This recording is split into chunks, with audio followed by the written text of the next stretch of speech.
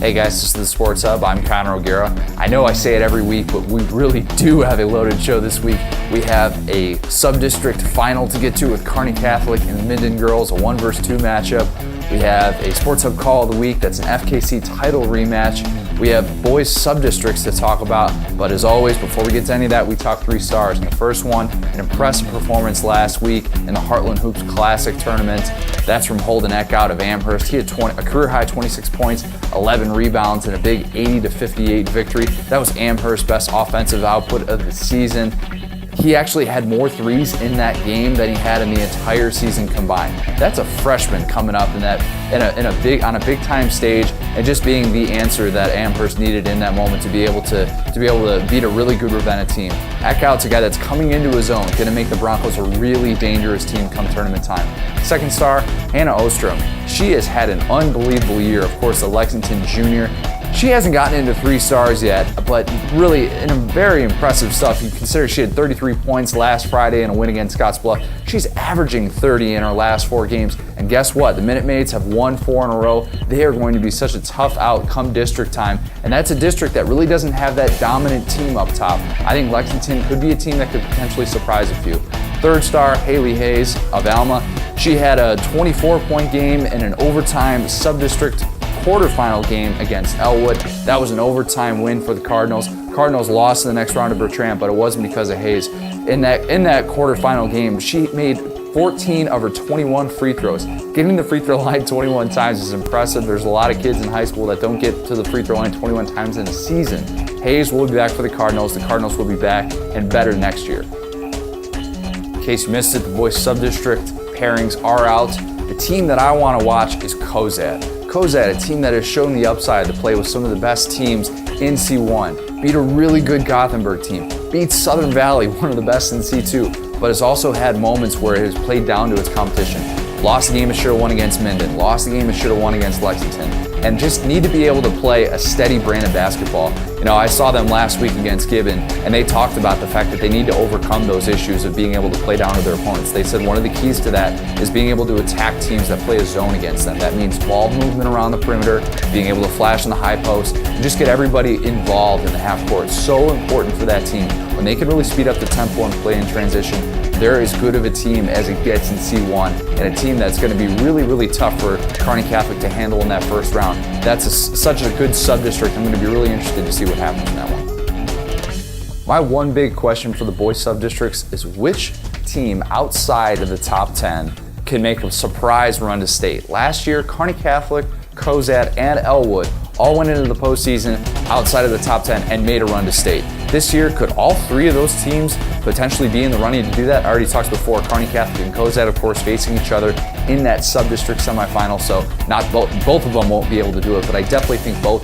have the capability to do it. You know, Kearney Catholic last year, able to sneak into state, you know, beating a really good GICC team, and, you know, Scott Carlin has had the ability to implement that defensive style all season, and if they can really play up to that level, this is a Kearney Catholic team that can frustrate the best of C1, and I think that, you know, if you look at an Elwood team that, you know, has that offensive firepower that we talk about with Werger, with Hackbart, I think those are 2 kids that are obviously capable of taking over any given game and are going to be a really tough out.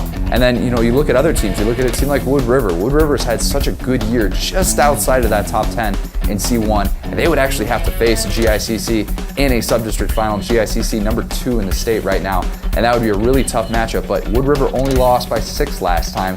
Could be, you know, that could be a game that Wood River could just get the offensive mojo going. And of course, we talk about the way that they move the ball around the perimeter. If they can do that and get Guy Fine out of the game, much easier said than done, then Wood River could be in good shape. And then you look at a team like Bertrand in a district without a dominant team. They would also have to beat Elwood in a sub-district final potentially, but this is a Bertrand team that has shown that with a tough schedule that it has and a guy like Jake Samuelson, they can play with a lot of really talented teams. I don't think this is a Bertrand team that's going to be bowled over by any stretch of the imagination. A lot of offensive firepower. I think that the Vikings are capable of giving everybody a really good shot.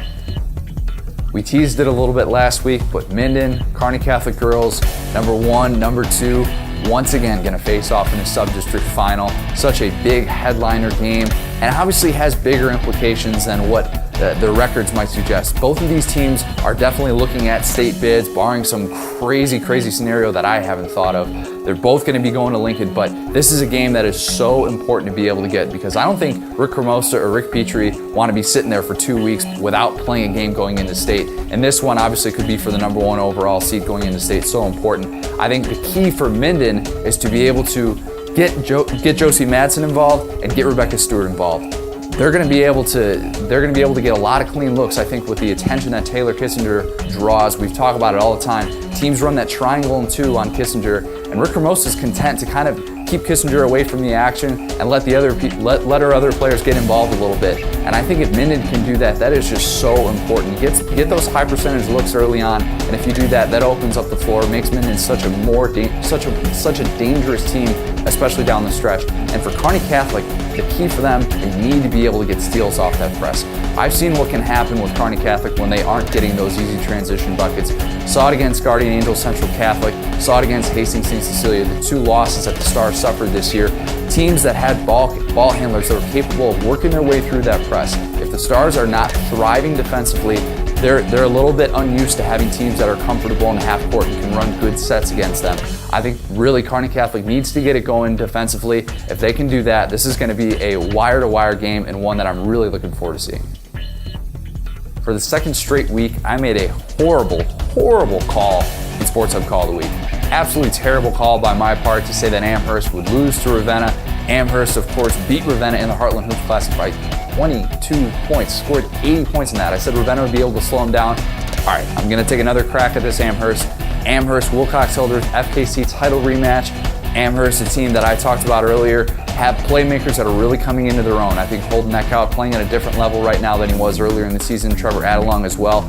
Amherst lost this FKC title the first time because it wasn't used to having to play that slower style that Wilcox-Hildreth is so good at forcing.